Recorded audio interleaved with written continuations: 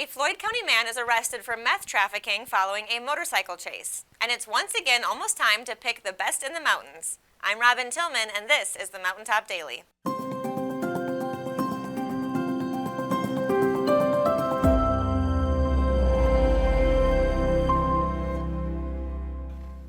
A Floyd County man faces a long list of charges following a chase the day after Christmas. Just before 5 o'clock Friday afternoon, a deputy sheriff spotted a motorcycle run a stop sign without signaling when turning onto Route 680 from Goose Creek Road. The deputy activated his lights to pull the bike over, but wrote that the operator, later identified as 26-year-old Timothy Hall of Martin, looked back at him and then sped up.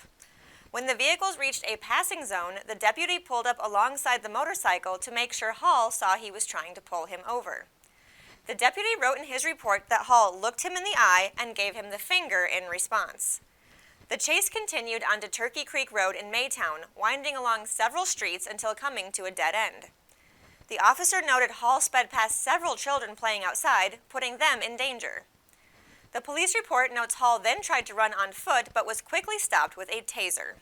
Following his arrest, the deputy found 15 grams of meth, which Hall reportedly explained was the reason he fled. He was arrested for meth trafficking, fleeing police, wanton endangerment, and several other charges.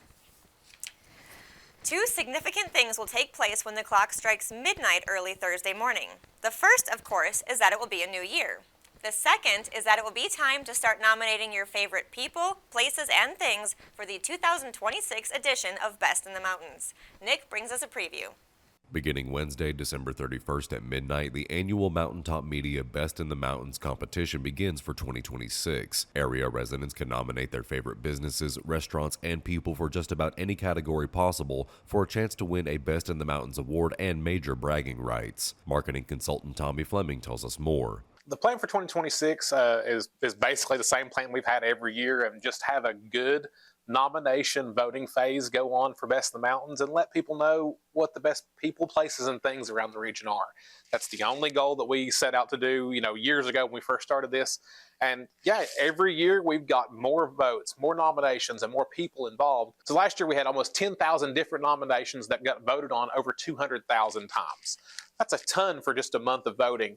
And that nomination phase is a huge part of this, making sure that your business, your friends, all these amazing places we have around the region are nominated for those things at Best in the Mountains. Best in the Mountains lets the people decide who in the region is a cut above the rest. Visit bestinthemountains.com after December 31st to post your nominations. The interest to me is finding the legacy, what we call the legacy businesses that have won year over year in these categories, that have fierce competition every year from another business that you don't always think about. You don't always consider them as a contender, but they really are. These races are very tight. A lot of times it comes down to 5 votes, 6 votes. We've had a few that were within 2 to 3 votes difference between a gold and a silver. So that's a very important thing to get your name out there, to get your business and your people to be part of that. So don't forget to get those nominations in starting on Wednesday at midnight. Those nominations will run all the way through January, and then on February 1, we switch over to the voting phase, and that's when the real fun starts. Reporting for Mountaintop News, I'm Nick Collum. Coming up after the break, Buchanan County is home to a unique Center for the Arts. We'll bring you a look at the CAM when the Mountaintop Daily continues. But first, sports and weather. With Mountaintop Sports, I'm Dave Stanford. In boys basketball action Saturday, it was Floyd Central over Central Wise, Virginia, 61-52. Letcher Central over Sandrock, Alabama, 72-49. And Lex Cath over Paintsville, 74-55. On Sunday, it was Marshall County over Paintsville, 74-60.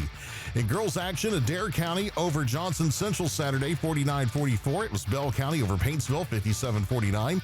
Berea over Pike Central, 39-33. Letcher Central over Lake Mary, Florida, 42-34. Lex Cath over McGoffin County, 46-40. And on Sunday, Montgomery County over Johnson Central, 64-51. And PRP over Pike County Central, 50-35. Mountaintop Sports has you covered with live stream action from the Mountain Schoolboy Classic starting tonight. You can watch all the action live on the Mountaintop TV app or the Mountaintop Sports Facebook page. In football news, Kentucky senior offensive lineman Alex Wolschlager has accepted an invitation to play in the 80th annual Altrua Healthcare Hula Bowl set for January 10th in DeLand, Florida. He will be joined by Wildcat teammate Shaziah Pete in the All-Star Showcase. Kickoff is scheduled for noon Eastern at the Spec Martin Memorial Stadium. The Hula Bowl is the nation's longest-running college football all-star game with scouts from the NFL, UFL, and CFL in attendance throughout the week. There's still time to submit for the Mountaintop Sports Big Shot of the Week. Go to mountain-topsports.com and click on the Big Shot banner at the top of the page to submit your photos and videos from this season. Each week, one lucky player will win $50 in cash and a family pack of movie passes and features for our social media. For more sports coverage, visit mountaintop.news and click on the Sports tab. With Mountaintop Sports, I'm Dave Stanford.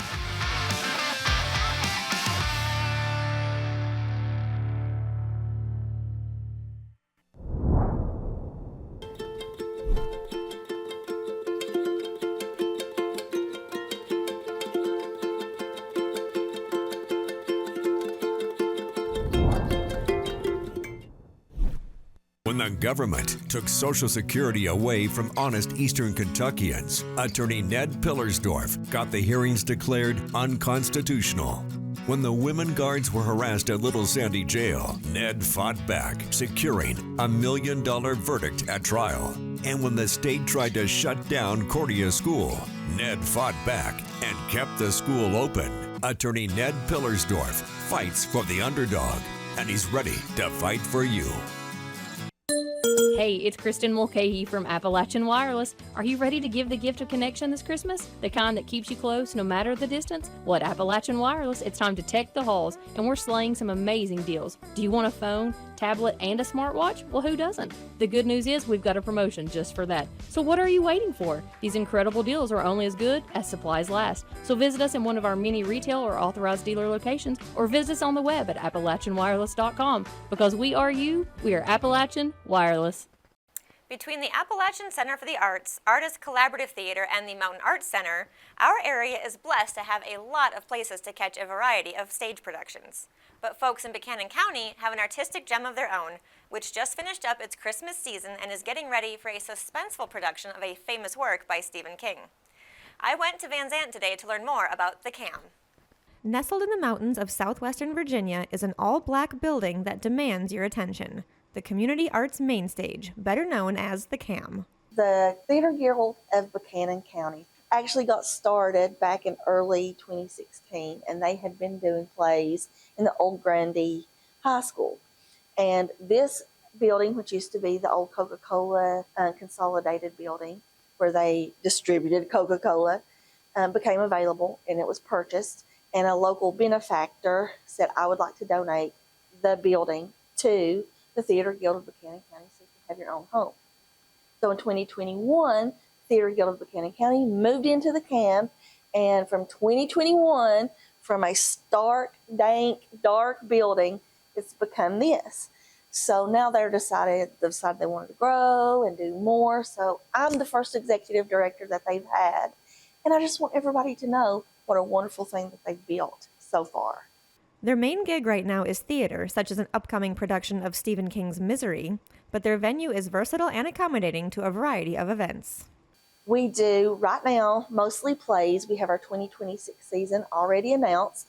However, we have different musical acts that we're going to have. We do a lot of cover bands. We recently had a John Anderson impersonator, Conway and Loretta. We had a great Kenny Chesney who looked just like Kenny. It was amazing.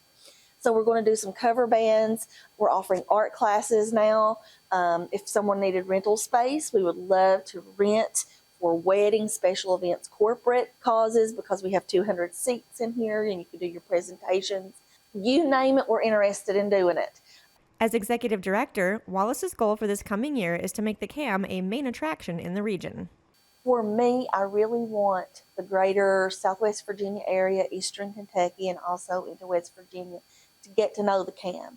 I want people to come and meet us, and our slogan is "See you at the CAM," and that's also our website's address, seeyouatthecam.com. We want you to come in. We want you to see what we have to offer. We want you to watch a show. We want you to take a painting class, and we want to make the CAM the place to come in our region.